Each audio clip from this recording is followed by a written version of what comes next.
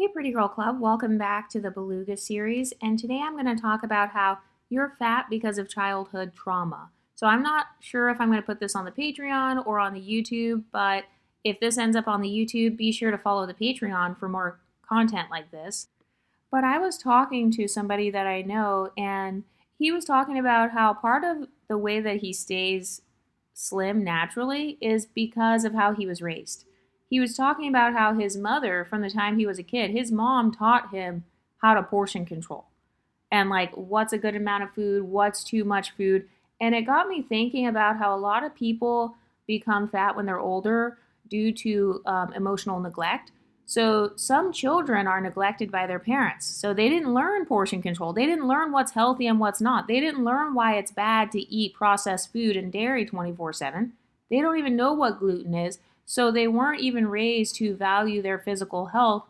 And so what happens is that child becomes an adult and she begins to neglect herself in adulthood because emotional neglect and neglecting her health, that's normalized. There are also some cultures where it's normalized to neglect your health.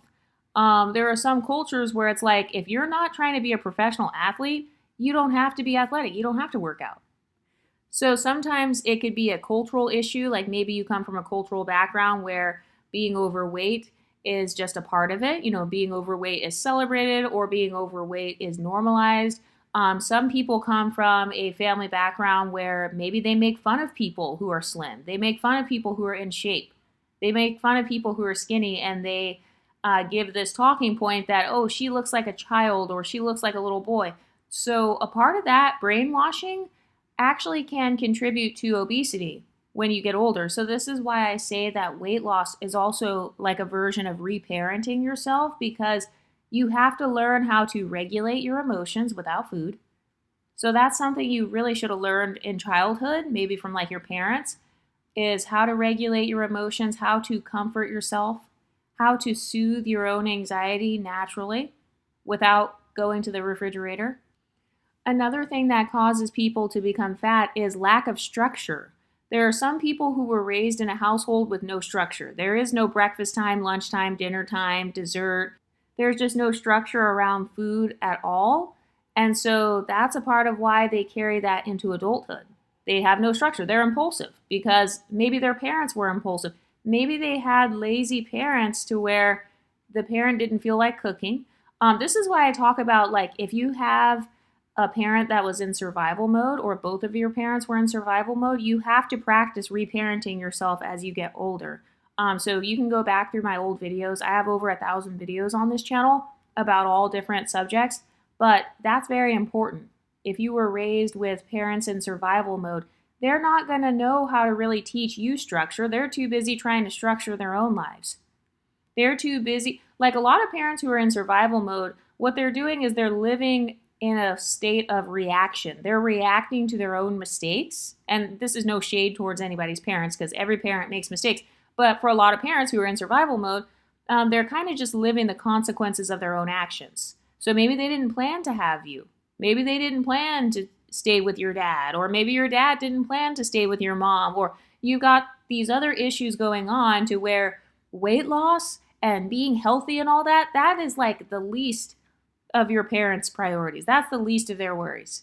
So for a lot of people, they didn't grow up with any structure based around food. They weren't taught about how drinking water, you have to have a certain amount of water per day and you have to care for yourself. Eating healthy is actually a part of hygiene. I consider it to be a part of hygiene because if you eat bad, there are actually foods that contribute to yeast infections and like candida and fungus and stuff. So a lot of parents who are in survival mode, they don't even have the free time. They don't have the luxury of time to teach their child about how to manage their health. Something else that can affect you, like gaining weight when you're older, is copying the habits of your parents. So maybe you had a parent where she sought comfort in sugar. Or maybe your dad, whenever he was feeling homesick, he would eat a bunch of fried foods because it reminded him of home. Okay, that's still a form of emotional eating.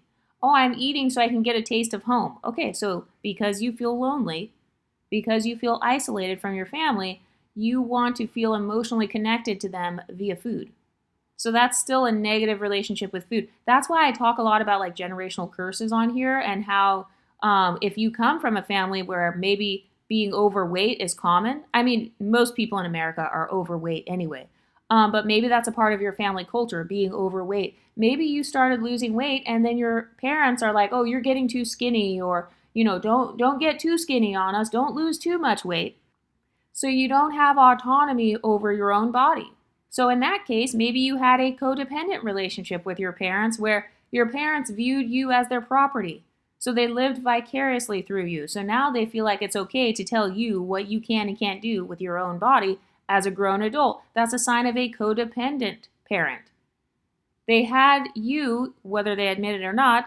A lot of parents have children to meet their own emotional needs. A lot of parents have children because they want their children to be a twin of them. So if your mom is like obese, for example, and you want to get super skinny, well, now you're challenging her perception of both you and herself, because a lot of parents, they have kids because they want to see a mirror reflection of themselves. That's why you have parents telling their children, "Hey, don't move out of your hometown. You don't have to go off to college. You can just live here with me. You don't have to lose weight. You can just stay big. I'm big. I'm big and beautiful and confident, so why don't you just stay big and beautiful and confident?" That parent just wants you to be a mirror reflection of her. She wants her daughter to be her twin. Or if it's your dad, he wants you to be just like him. So that's one of the main issues that I have with a lot of parents in our society that really irritates me. I think that's a really bad reason to have kids. But a lot of parents don't realize that that's why they had their child, is because they just wanted their child to copy them. So if it's the norm in your family to eat fried foods or to have like certain cultural foods, and maybe you're on a diet or something, sometimes it's almost like this sense of betrayal. They almost feel like, wait, why is she veering off the path? That's not what we do in this family. We're Nigerian. This is the type of food that we eat. Oh, we're Dominican. This is the type of food that we eat. So they have a stereotype of what you should be, and they want you to fit into that mold because, again, they birthed you so that you could be their twin. A lot of people, when you ask them, "Why do you want kids?" "Oh, so I can teach them things." "Oh, you mean so you can teach them to be just like you?" That's really what it is most of the time. That's what it is. So the way that you have to overcome that is, number one, you have to be aware of your inner child. So kind of recognizing your old patterns of emotional eating, or, asking yourself, what is my inner child actually needing here? Does she need comfort? Does she need rest? Does she need some fun? Does she need novelty? Not just food, because a lot of people, they're seeking novelty and they don't know how to get it, so they just end up eating food.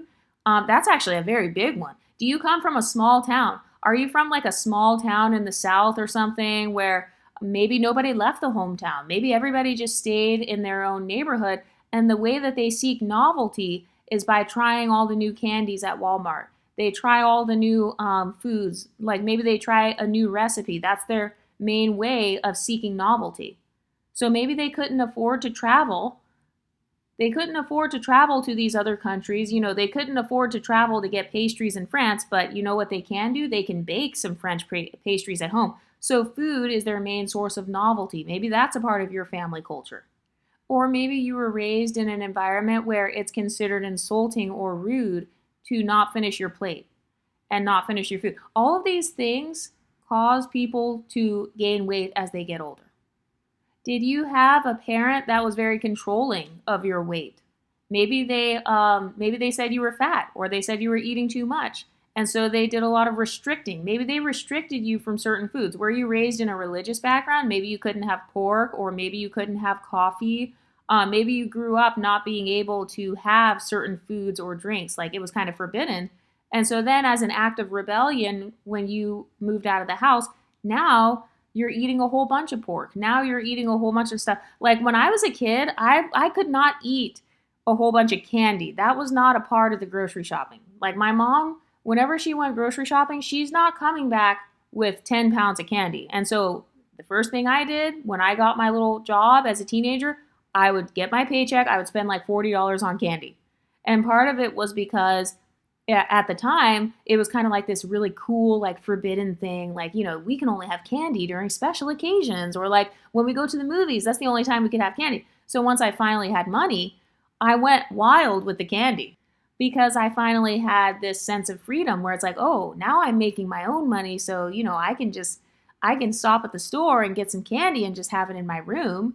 And my mom doesn't know how much candy I'm eating. So I can kind of sneak. So for some people, it's almost like an act of rebellion, or you're seeking a sense of freedom via food. So all of those things, those are all different ways of emotional eating. Emotional eating is not just, oh, you eat when you're sad. No, it's also you eat when you're happy, you eat when you feel over restricted and you want to feel free, you eat when you're bored, you want to have a hit of dopamine, you want to feel stimulated, or you eat as a distraction. Did you grow up in a chaotic household where everybody's arguing and yelling and screaming, or maybe there's like DV in the household, and so as a form of comfort, you were always eating food? All of these things have to be worked through if you want to get to a healthy weight and maintain a healthy weight. Being thin is a mindset. It's not just about like doing exercises and stuff. It's more so about your actual relationship with food, and it's about knowing how to set boundaries with yourself. Some of you guys may come from parents where they didn't set boundaries. There was no boundary around food.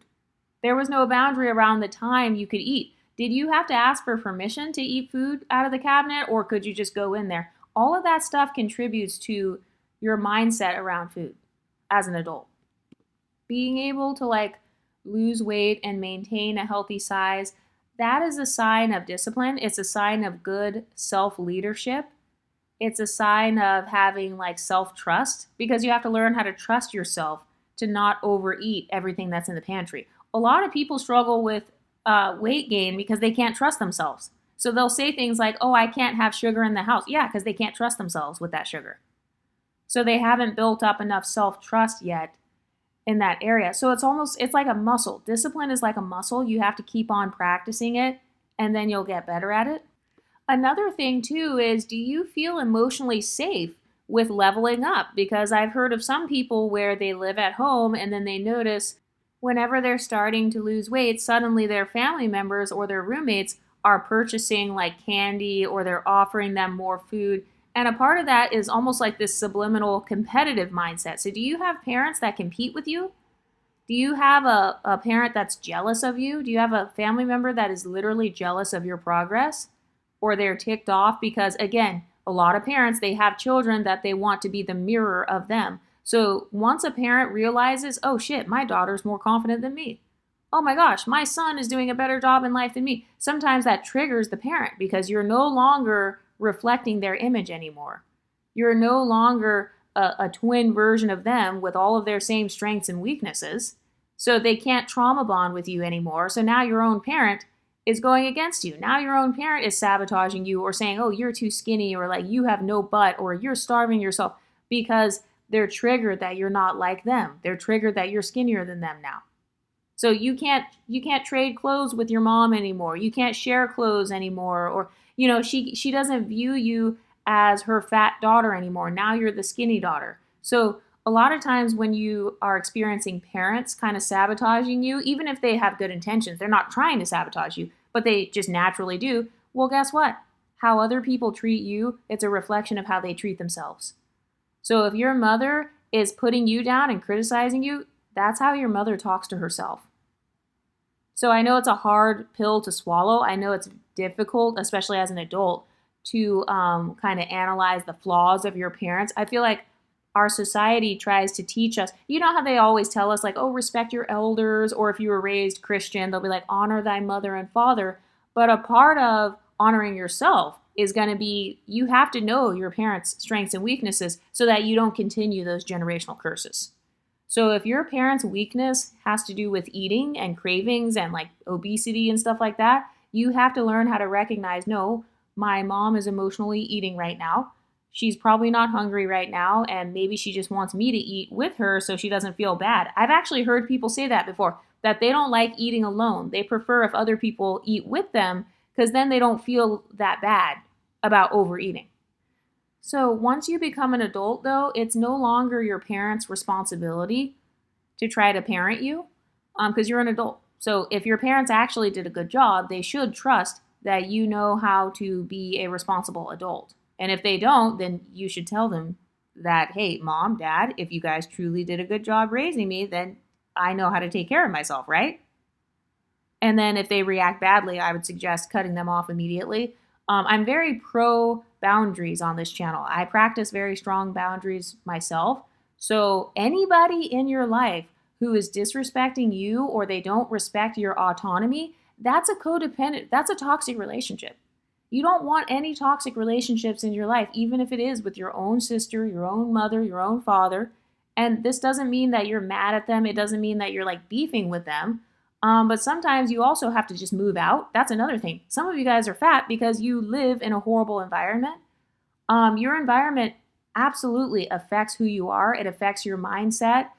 For those of you who believe in like manifesting things and all that, well, your environment definitely affects that. It either helps you to manifest your dreams or it hinders you from manifesting your dreams. So what's more important, being comfortable or manifesting your dreams? Because a lot of people, they stay in their comfort zone. Being fat is a part of their comfort zone. And then, living with their parents, that's a part of their comfort zone. They're too scared, they're too cowardly to move out. They're so scared of poverty. And it's like, which one would you rather be? Financially poor or emotionally poor? Which one? I'd rather be financially poor because I'm good at like getting jobs or making money. It's easy to get a job. It's not as easy to undo decades worth of trauma. So if you have to move out, then move out. If you have to get a roommate, then get a roommate, a random roommate, or live in one of those houses where it's like they have different rooms. It's almost like a boarding house type of thing. So for some people, that's the level of sacrifice they have to make. I remember when I got my first apartment, I grew so much. I matured so much. There was so much I learned about myself. I became so self-sufficient. Like there's a certain level of independence that you have living by yourself versus living with other people. Like you cannot convince me that a person who's only lived with other people has just as much independence as somebody who's lived by themselves. It's just not true. Living by yourself forces you out of your comfort zone. It forces you to see how you really manage your finances. Oh, you think you're good with finances because you saved up a couple thousand living with your family? What about the people who live by themselves and they can still save up a couple thousand? That's a whole different level. So there are levels to this. There are levels to this shit. But one of the ways you can kind of reparent yourself is by meal prepping as an act of self-care. Just like how your mom or dad used to pack your lunchbox, that's what you're supposed to be doing for yourself as an adult. You're supposed to be packing your lunchbox. You're supposed to be prepping your meals and choosing foods that fuel you. You're supposed to be doing that. So if that's not normal to you, it's partially because maybe you were emotionally neglected as a child. Maybe you were, and it doesn't mean your parents are like bad people, but just maybe they naturally did that because they were in survival mode. So they didn't have time to pack you a lunchbox or, they were kind of reactionary. They were reacting to their environment, and so you've been trained to just react to yours. So you're waiting until you gain the weight to finally get healthy. You're waiting until you're already fat to finally be like, oh crap, I'm really fat. I need to fix this. That's a reactionary mindset. That's more of an impulsive mindset. So coming from a long line of impulsive people, maybe you had an impulsive father. He just impregnated your mother and left. Okay, so if you come from a long family line of impulsiveness, and that's a generational curse that you come from, that means that you have to go out of your way to really reparent yourself in that area. Everybody's not starting out at the same level. Every person has different pros and cons. Every person has, pros and cons to their family background. So if that is something that is a really big generational curse in your family, it's impulsiveness, always reacting to something bad happen. Have you ever been around a person where it always seems like something bad is happening to them? That used to be me when I was younger. There were certain times in my life where I felt like, oh, no matter what I did, something bad is happening. Well, no, it's because I was just being impulsive. I didn't plan ahead. I didn't plan my finances ahead. I wasn't saving money. I didn't fill up my gas tank or whatever. I didn't clean or organize things. I didn't have good time management. So I had this mindset of, oh, everything bad's just happening to me. It's like, no, I just wasn't preventing the bad things from happening because I was living in a state of reacting to just whatever comes to me as opposed to being proactive. You always want to be proactive rather than reactive. So if you come from a long line of family members who are impulsive, they're just reactive, they're not proactive, that means you have to go out of your way. part of reparenting yourself is going to be learning how to be proactive. So that means organizing your time. What I used to do when I lived with my parents, I would put up a sign on my door. I would say this is only if you have a good relationship with your parents. It seems like a lot of people don't have a good relationship with their parents or roommates. But if you do live with people, you can put up a sign on your door, on your bedroom door, like a do not disturb sign, or like, hey, I'm busy, I'm recording right now, or I'm doing XYZ. You can do stuff like that. That's a form of setting a boundary. Because you're saying, hey, I'm not available from this time to that time. You can put your phone on do not disturb. And anybody who violates your boundaries should be cut off. I do not care who they are. I don't care if I sound like a sociopath. I don't care if it's your family member or your friend of 20 years. If they don't respect your boundaries, they don't respect you. All they're going to do is pull you down. Oh, but Exoticals United, I don't have the money to move out right now. Why not? Why do you only have one job? That's question number one. I told you guys on this channel several times, don't ever rely on just one source of income. I learned that the hard way. And plus, I've never really been that type of person. I don't like just relying on one thing and then, however much I get paid per hour, this is how much money I'm going to have per month. No, I've always been the type where I try to find something else on the side, or I'm trying to do a passion project or something. So I don't just sit around mad at my circumstances. If you are 18 years or older, you are now responsible for your own life. So you can't just blame everybody. You can only blame your parents from age 0 to 18. Once you're 18 and older, it is now your responsibility to fix whatever mess you were left with. That's why I said, I'm not against cutting off parents if they were toxic. I'm not against cutting off toxic family members because those family members actually set you up for a disadvantage. That's extremely selfish of them. That's very messed up. And in some cases, they were like abusive or whatever, and they don't even realize it. So that's why I say, no, I support if you have to cut certain people off. And that includes your own family members if they're a part of the problem. Because now from age 18 and older, now is your responsibility to clean up whatever mess that was. And if you don't want to continue those generational curses, you have to make different choices now. So because you were socialized by your own parents to be impulsive or to seek comfort foods or to have bad time management, that's another reason some people stay fat. They don't set up a time to get their 10K steps. They don't set up the time on Sunday afternoons to meal prep. They don't set up a time to go to the grocery store. They don't even make a list before they go to a grocery store. They just walk in and just, whatever's there, they just pick it up off the shelf. All of that is a form of impulsiveness. It's a form of coming from some sort of culture. It could be your family culture. It could have to do with your socioeconomic culture of being impulsive. A lot of people from impoverished backgrounds, there's a really big struggle with impulsivity in lower socioeconomic backgrounds versus these wealthy families where, grandpa was already planning for how his children and grandchildren were going to live. That's why he invested in Coca-Cola. He invested in all these different companies or whatever. So that's an example of someone being proactive. Do you see the difference? So if your family has set you up for failure, then that's something to seriously, why would I live with people who set me up for failure? I'm just saying from a logical standpoint. And it doesn't mean that they're a bad person. Sometimes they don't know any better. But again, do you want to live the rest of your life around uneducated people who don't know any better? Do you want to live your life around ignorant people? And I know it sounds really bad, calling your own parents ignorant if they were, but it is a reality you have to face. That's a part of growing up. That's a part of reparenting yourself, is by telling yourself the truth. You're no longer a child, so you don't have to live based on fairy tales and lies anymore. So a lot of people, they have a fairy tale view of mommy and daddy, or maybe they had a deceased parent. I've seen this before, where they have a parent who passed away and they deify that parent because that parent is deceased. And they're like, oh, I can't say anything negative about somebody who passed away. Okay, but if that parent contributed to the generational curses in your family, or if they, taught you all of these toxic things, or if that parent was toxic, you have to recognize the truth. That's a part of growing up. That's a part of maturing. That's a part of reparenting yourself. You're finally telling yourself the truth. Daddy is not Santa Claus. Your mom is not the tooth fairy. She's not an angel. So a part of growing up and maturing is taking your parents off the pedestal, taking them off of that giant pedestal that you placed them on as a child, because a lot of children naturally put their parents on a pedestal. We naturally look up to our parents. We naturally seek our parents' validation and approval. But a part of becoming an adult and reparenting yourself is looking up to yourself, seeking your own validation and approval. Who do you want to be? Not who are you right now. Who do you actually want to be? If you want to be slim and your parents are not slim, you can't take your parents' advice when it comes to weight loss because they don't know what they're talking about. They don't know what they're doing. If they knew what they were doing, they would be in shape. They would have a six-pack. They would have a toned stomach. So they can't tell you what to do. Another part of reparenting yourself when it comes to weight loss is keeping your promises to yourself. Do you come from a generation of broken promises?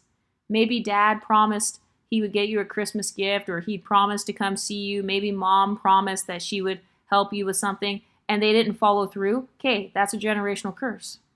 So if that's a part of my background, I refuse to carry on any form of a generational curse. I don't want to live my life with any curses following me around. I don't want to live my life with any toxic habits. I don't want any toxic traits. A lot of your initial toxic traits actually come from your background.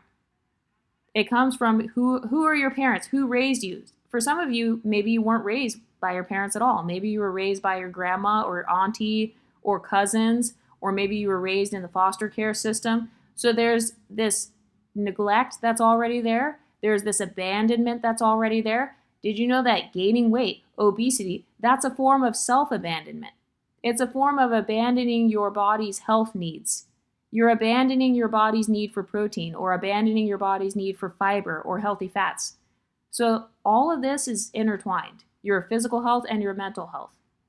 For some people, they have a fear of losing weight and being in shape because they're afraid of being ostracized by their fat family members and friends. They're afraid of being ostracized. They're afraid of not fitting in. So it's actually a deep-seated fear of rejection. So they fear social rejection. Everybody else in the family is big. Everybody who fits in is big. We all love the fat, funny friend. We all love her. We don't really love the skinny, pretty girl. We don't really love her as much. She's not as relatable. So if you have a fear of not being relatable, it's actually a fear of rejection. Something else is for the people who didn't grow up in a joyful environment, they didn't grow up being able to have this playfulness as a child. I've noticed that a lot of those types of people, when it comes to weight loss, they don't know what workout to do. They feel like the only option for working out is doing something that sucks. It's like you have to be super sweaty. You can't enjoy it. You have to just be gritty. You have to have grit. There's this overemphasis on grit. There's this overemphasis on suffering because they come from a culture where suffering is a badge of honor. Do you come from that type of cultural background? Is that a part of your family culture, your ethnic culture, the geographical location you come from? Do you have a military parent? Do you have somebody where it's like suffering was a badge of honor? Suffering and sleeping on the floor and sleeping outside, and basically punishment is discipline. Discipline equals punishment. Do you come from that sort of background? Or there's this overemphasis on whoopings, whooping you with the belt, whooping you with the switch, hitting you in the face, throwing items at you. And then they say that that's how you become a better person. So once again, suffering is a badge of honor. You have to suffer if you want to succeed. You have to go through this pain if you want to be a good person. So there's this, they conflate discipline with suffering. And then, it's like suffering is the norm. So you're not free to enjoy the process. They don't teach you how to enjoy the process of becoming.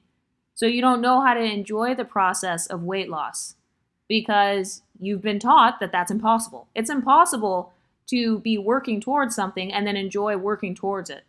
It's impossible to enjoy the journey because maybe you came from a family background where that's just not a part of it. You have to suffer as a part of the journey. The journey is supposed to be hard and grueling and, it's like they're a military sergeant or something. So there's always an enemy. There's always this invisible enemy that they're fighting. Maybe they carried that military mindset into other stuff where it's like there's always this enemy that they're fighting. So then when it comes to weight loss, now you feel like you're fighting against yourself. You feel like food is your enemy because you've been taught to be a fighter. Maybe fighting was a part of your cultural background. They respect fighters. They give them street cred. What is street cred? That means that you're respected on the streets. You're a fighter. You know how to physically harm someone else in order to protect yourself. So once again, it's this mindset where you can't just be at peace. You can't just rest. You can't enjoy the journey. You have to always be fighting someone or something. So then when it comes to self-improvement, there is no enemy that's motivating you. So it's almost like you just have to fight against yourself, which is not a good strategy. You don't want to be your own worst enemy. You don't want to fight. That's actually where self-hate comes from. I feel like that's connected to self-hate. This idea that there always has to be an enemy. So then when you're just kind of reflecting on yourself, then it's almost like you view yourself as the enemy. That's why you have some people from certain cultures where they have a hard time taking accountability, because then they would have to admit that, oh shit, I'm my own worst enemy. So that is how the background you come from, kind of the psychology of your background, it literally contributes to your physical health. Were you raised in more of an elitist household where, if you're not first, you're last? You have to be the best of the best, otherwise you're nothing. Did you get made fun of by friends or family members if you didn't get an A in class? Were you called a loser, or were you pressured to achieve a certain thing? Were you the backbone? Were you kind of the financial backbone of your family? Do you come from an immigrant background where maybe your parents are looking at you to make it? Maybe your parents are from a poor environment. Maybe they're from the hood. Maybe they're from another country that was poor, and you are the privileged child. So now there's all this pressure on you to succeed in every area, so there's a fear of making mistakes. Well, when you're losing weight, you're going to make mistakes. You're naturally going to make mistakes because you're not an expert on it. You're still learning. So there's this underlying fear that some people have. They're afraid of making mistakes. They're afraid of eating the wrong thing. They're afraid of being underweight. They're afraid of passing out. And so they have analysis paralysis. They don't even get started because they're so scared of messing up. So do you see how your background and your psychology can spill over into something like losing weight? But one thing you can do as a solution is before you eat something, name the emotion you feel before you eat. How do you feel on your lunch break at work? How are you feeling emotionally? Are you feeling tired, drained, anxious, bored, unsatisfied, depressed? Once you start naming your emotions before you put the food in your mouth, you're going to begin to see a pattern. Like, oh, wait, I notice that I eat a lot when I'm bored. I notice I eat a lot when I'm stressed. Like in my case, it was 100% emotional eating. Like when I was at work, when I had a deadline for accounting, and I'm like, oh my God, I have to hit this deadline. Let me go get a muffin and have it next to me. It was a form of comfort because I was stressed out. So I was basically eating out of stress and anxiety. So I was looking for comfort. I was seeking comfort via sugar. Do you come from a family background where they didn't make you feel comfortable? Maybe your emotions, like feeling emotionally comfortable, was not the priority of your family.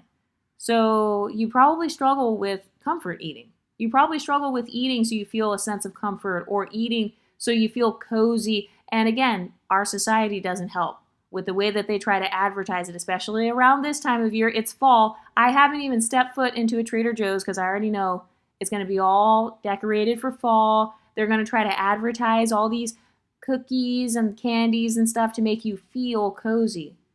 So maybe you come from a background where it was not always cozy, or maybe it was cozy and you missed that.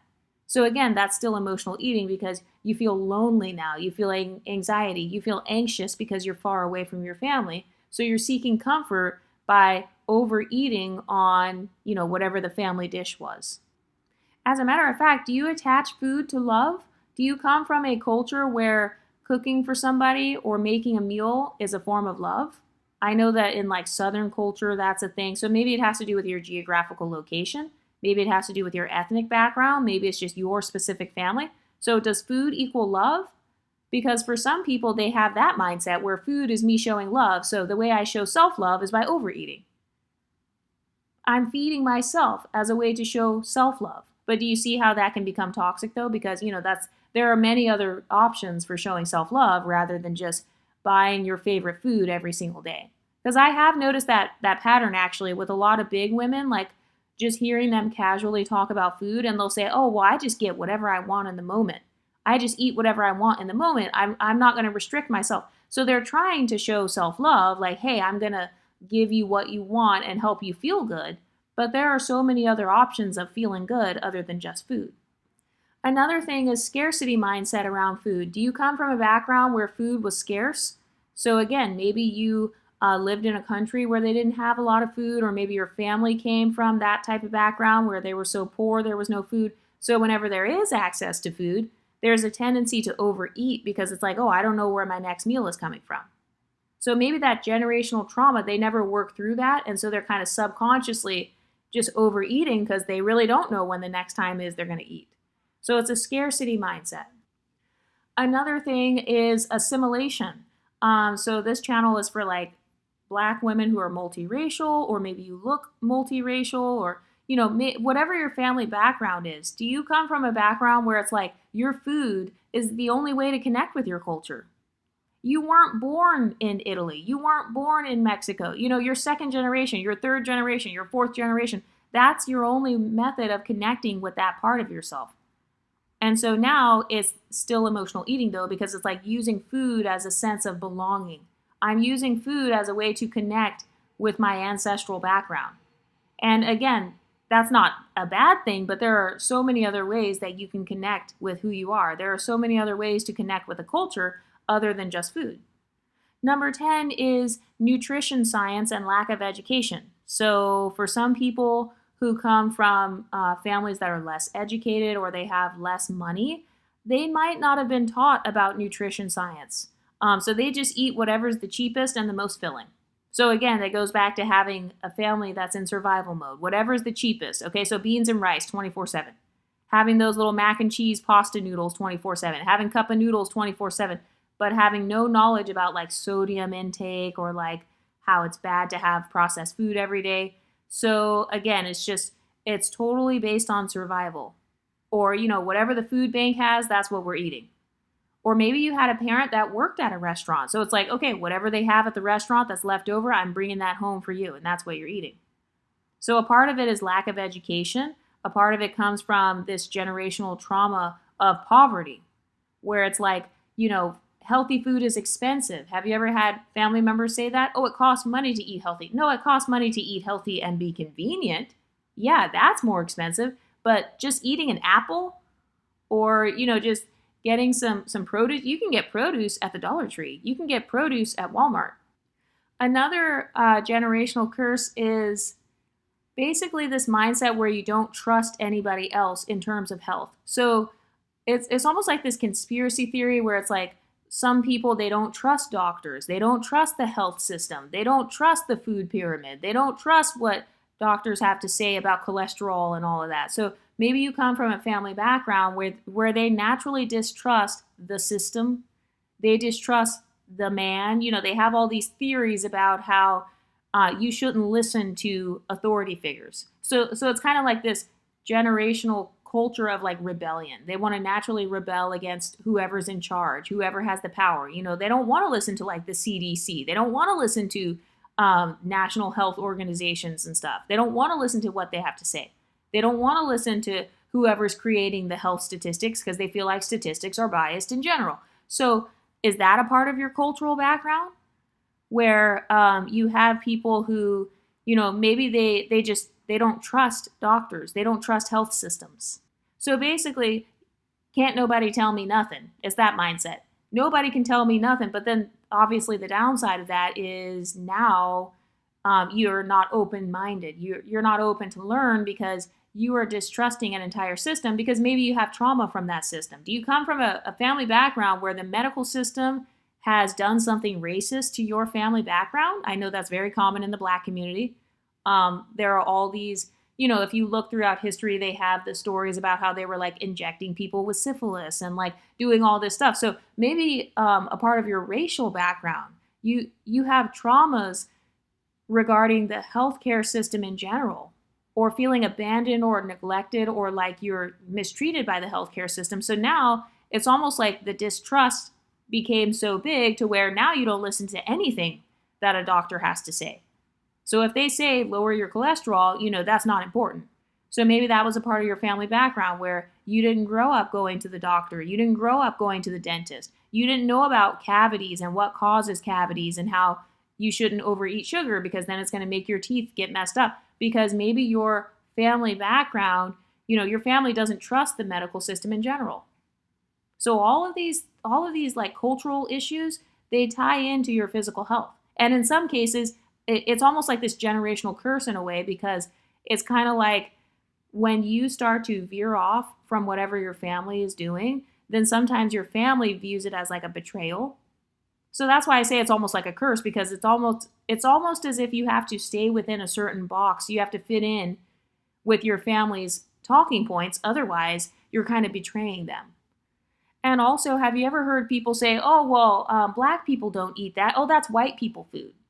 Oh, well, that's rabbit food. Oh, that's anorexic food. So what they're saying is we are not a part of that culture, so therefore we can't eat like that. All of those talking points and those mindsets could be contributing to why you are overweight right now. Another thing is cycles of stress and oppression. Do you come from a family background where your family, they were oppressed? They were always stressed out. Maybe they were victims of whatever, racism, colorism, texturism, featureism, poverty. So again, they were in survival mode. They were going through so many hard things in life to where they were literally having high cortisol. So that equals fat storage. The higher your cortisol, the more likely you are to store fat. So food is almost like a reward to them, because that's the only joy they have in the middle of hard times. But you don't want to carry on that generational curse. You don't want to be known as a perpetual victim anymore. So now you have to overcome that mindset that your parents had, where it's like, oh, I'm just a victim. The best part of my day is eating pound cake when I get home from work. The best part of my day is when I get to have my fried chicken or my dessert. You have to overcome those mindsets so that you don't carry on the pattern. So one of the ways you can kind of heal is you can ask yourself, first of all, what foods were the staples in your house? Okay, when you were growing up, what foods were the staples? Was it meat? Was it like pasta? Was it carbs? And do you find yourself having that pattern today? And is it a healthy pattern? Whatever the staples were when you were growing up. Did your parents cook healthy foods? Did they not cook anything at all? Was it always unplanned? And also, how was weight talked about in your household? And then how did your parents handle stress? So how did people talk about weight? Did they talk shit about skinny people in your household? Because if so, I'm not surprised if you're not skinny. Did they talk shit about people working out? Because if so, I'm not surprised if you didn't work out. Did your parents work out when you were growing up? Your aunties, uncles, cousins, grandma? Because a part of why some people naturally don't work out is because it's literally not even a part of their background. It's not even, it was never even normalized. So they view it as extreme to get 10,000 steps a day. They view it as something that's like too much. Like, oh my God, I'm not walking outside in the cold weather. I'm not walking outside in the rain. I'm not walking outside in the hot sun. Have you ever met somebody like that? Like, no matter the weather, they don't want to go outside. They're like, I'm not going outside. It's too hot. It's too cold. It's too humid. There are too many bugs outside. Oh, there are germs outside. So what's your family background? How did they handle stress? Was exercising, was that a part of your culture in your family? Like, did you grow up seeing your mom or sister or cousins working out? Or was it more so like, oh no, working out, that's just for sports? Because for some people, they grew up in a background where it's like, no, only the athletes work out. That's just because she's joining the basketball team or something. That's the only reason she's working out. So maybe you were not taught to value fitness as a form of relaxation. So you have to teach yourself that now. That's going to be a part of your journey of reparenting yourself. You have to teach yourself how to begin enjoying the process of being fit. No, you don't have to be a drill sergeant. If that's not what you want to be, you don't have to be that way. You can just learn how to enjoy your little walk and have your little headphones in. Another way you can kind of heal these generational traumas is decide what traditions you want to keep. So for example, maybe you love your cultural dishes. Maybe you love the celebrations. But which ones do you want to kind of rework? So for example, making a healthy version of Mexican food, making a healthy version of Italian food. So that's a good compromise. You're still connecting with your cultural roots, but you're making it align with your goals. So you can take out your pretty girl journal, for those of you who are into journaling, and you can ask yourself in your journal, when I was little, what did my family teach me about food? Did they teach me anything about food? Because if they didn't talk about food, then that means that I'm probably uneducated about food. I'm probably uneducated about nutrition. So that's going to be the first step to healing, is educating myself. Okay, what type of nutrients do I need? I need proteins, I need fiber, I need fat. And then another thing, what did my family teach me about my body or about certain body types in general? What did my family teach me about emotions, directly or indirectly? Did your family neglect emotions? Because if so, you're probably a huge emotional eater and don't realize it. You're probably an emotional eater, because if you grew up to where emotions are not even talked about, I know that in a lot of religious circles, emotions are not talked about. It's more so like, oh, well, God solves everything. And, they don't, in some cases, they don't even believe in like therapy. They don't believe in psychology. They don't believe in sociology. So, what did your parents teach you about emotions? Because if you weren't taught how to regulate your emotions in a variety of ways, if you weren't taught about how to manage your mental health in a variety of ways, you're probably an emotional eater and don't realize it. Because sometimes if you were raised in a religious background, it's like, oh, Jesus is the answer. God is the answer 24/7. And there's this emphasis on participating in the belief system in order to regulate yourself, but there are other non-religious ways that you can regulate your emotions, just like going on a walk. You're not disobeying your religion. You're not sinning by going on a walk. That's just another option. But I feel like sometimes if your background's very religious, then they just don't tell you about those other options because they're not emphasizing that. They're trying to emphasize their belief systems above everything else. So it's not necessarily bad. It's just that they didn't tell you everything. Anyway, what do you ladies think? Let me know in the comment section and I'll talk to you next time. Stay pretty, ladies.